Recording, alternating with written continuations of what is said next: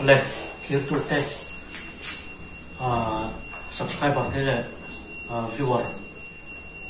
te point ka din hun hi chiang takin in la fiat karing lawa ti hian in muang hian skateboard ne ka hun ka manga ti chuan vangin farm chete ka nei ve a chu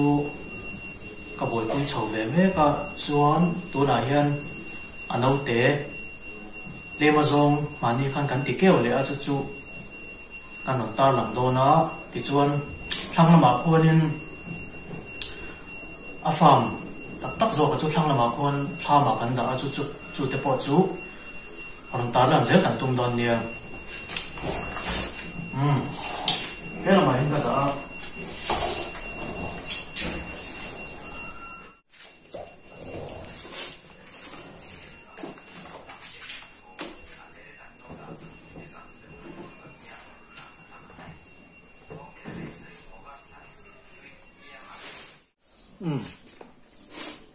anh tầm vóc là vợ tốn trục chung anh ván đuôi đâu lết cả anh incubator controller kha đầu chiang là vợ anh thang cái tủ kha cắn giá lẩu thêm đó cho là cái nào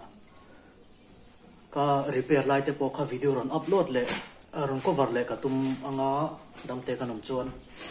tu nào hết chuan som za som quá lệ thì kan opa som quá lệ som quá khan som ni le pathum vel chau khan keu thalo khop maya a khol a chiang lo ti kha ka lo shelok lova a poi to nuwa ka he chuak chaw ma se hai som ni le pathum lai chu keu ve thawa lo mom to kat ve thawe ti hian a chung lampang hi alang chiang deuh zok thai nan ning kan on nai deuh ngai hi tui he tai pakhat hi tui na tum na samai khu te hei te hi ake hi abop ding lampang hi hei ti hian muang hian a chiang kuang talawa an ti hlum mai kha khongai deuh box ti te kona ma te in lodam ve tek phochela ti hian nakin a tlema len deuh huna ake khu kan shek sak lenga ko aya tlema ziom deuh theinan tay hay chon hay thil pakat ka soi mai chu khumi lungte kan da na chana khu tuyan tlak hlum lo nan na kan ti niu lungte khu kan da lo chonin an lo tla hlum du khop maya lai a bottle le a plastic sen inkar a che inkar ate khon lo ta ngan ti khan lo thi top zel me chu wang chon hami lung hi apoi mo em ani chuan he lampang hi a chopek na a chakuang ania te hi a chakuang hetian net handa hianin an chuk bo thei lawa a cho tam tak kal ral tur kha veng ve theya chu tangkai em ani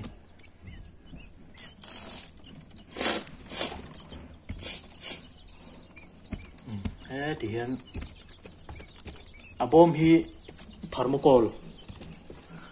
wang hian thermocol kan manga bom ni kan zoma ti hian ti chon achung lampang ku phoi thing zai noi a ek ta thei tur khan kan ti le a hetia ti lo chonin khumi thing zai noi kara po kon du chana da thei tho ma se e a then kha thi an lo im bol ve an lo thai dara kha tiang kha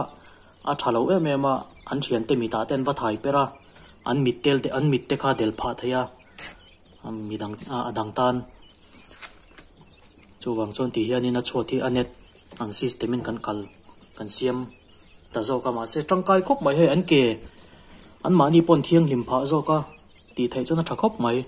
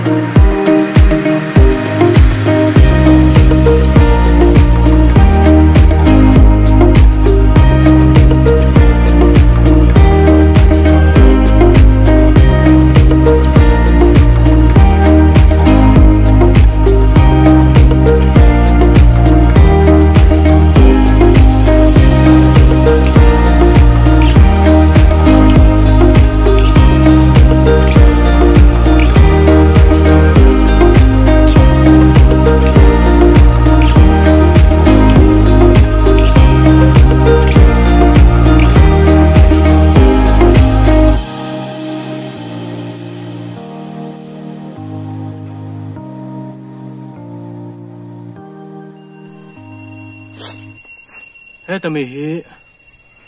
azola nia ako panik plan san tiang chi deuh kha tuya tau chi ania tian fridge bomb ruak chia chetoa tianin tui kan khuwa pati te hian kan khoi punga a thang du khop maya ei in buang hian a khat dul to pe ko pek thei to a kina tlai lama ruate a su lawa ni ko te that chuanin tlai lama kan pe nga bami a hlang top po khona pek theya ar chonen an mani chopa ngai ne na pol po khan poimi alawa a hlang top po khona pek thei ni a san pa bikin ami chanchin hi heng thlai chanchin hi nakina video dot le lama po dula arem le cover kan na tum don nia he tami hi moringa nia hei po hi thlai thadeu mai nia akha to ka ran hi pek zo thei chon hei hian an immune system kha ati chak the ni an taksa ral dau the na an taksa kha ati chak the ni heng thlai hian atha ani athang du boxia hian rei lo te a hei phei azola phei chu ni thum leka rang takin arun thang le zung theya ti chuan he tami hi hei po hi stylo hamatan tia thlai thadeu mai nia asang alian lova apui king po hi marcha kung tiat te nia thalu tuka ni po hi ti pun ka tuma ka boi pui me ka mamim ei tur thawane ti hian pota kan da sanga he ta hi dang ana poka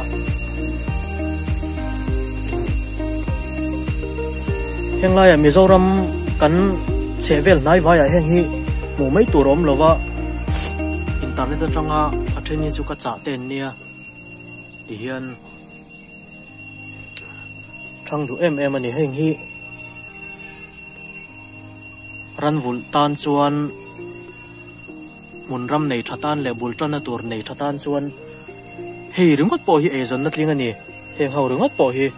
ranvul mi alo pon nakina asan pa bikin achan chin kim chang deu zokin kan latar lang don nia tuna vamim kan nei sa hi ala tamlo khop maya bulin tan chole ka tumme ka tuna puiking sa o hi som thum bor velan nia tuna chai lai me kho hi chuan hemi achong chung zo kami awi chu mani deuh loka piang an ni hen thang chak khop maya acho tan hianin samrat layer mask kan pe a vetilama hianin kan la thina veti lampang hian an siam chu ka cho hi vai siam ain amana tlom sheta a quality po hi a in thau lem lawin ka ria e mag experience atang chuan dang vulve duin lo amani pon a cho hi vetia tanshila khuan veterinary department lampang khuan an siam chuaka be khat sang ni le zani somnga in kaleya athakop mai an ngei ve tho an ngei thowa thatakani layer ma si an ngei bera wamim chuan amum sin chi ar chodang amum sin chi ho crumble an tiang chi ho test starter crumble an tiang chi ho te hi chu ama pon ka petrina ma se ka du thu hi sam chi alo dewa layer ma si an ngei bera chuan hei ate ante lai hi chuanin ar no te chopa ngai adip chi asin chi hi rem po hi peila poi lovin ka sia no ante lai hi chuan thakatan kin to hi chuan chunga mi po hi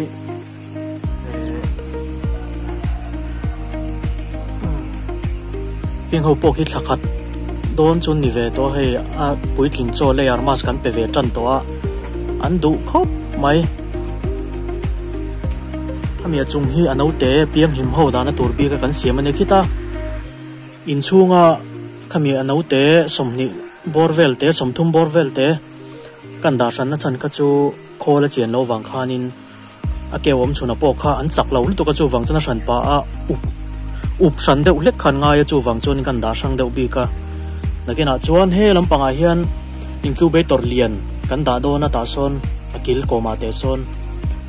ta son incubator kan da nga ti chon no te piang hima piang kha lai bom chunga hian kan suan lut zel do na ni i chuan hemi a bom hi bom khat ania bom ni bom thum bom li kan neya ti hian bom li a hian vain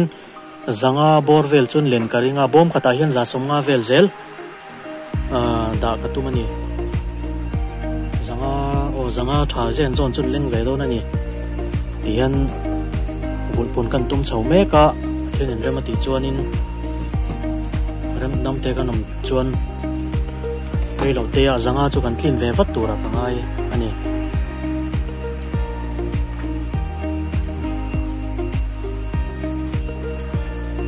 ti chuan hemi an choda na hi plastic kan man na chan chu sazuinan kher theilo na na ka ti nia thermocol bom le ama bek pa nga ya kan da chon sazuinan kher tlang thei tlat maya chu thalawa chu sazuhan chetla tirwak wak kha arem lo na chin oma chan chu shi thalo te kha kanin hoi pheranga kanin kaidar chiamang ti ka lo oma chu wang chon sazu hi an che theilo dan tur ang bera duana nga ya bom po hi hei steel net hardware me san tiang chi kha kan mang vek ta bom po hi ti hian a chop pek na po thir len mangin hian kan hung vek ani mu nom don khop mai zanga kan nei thin huna chuan an mu nom tham ta via wang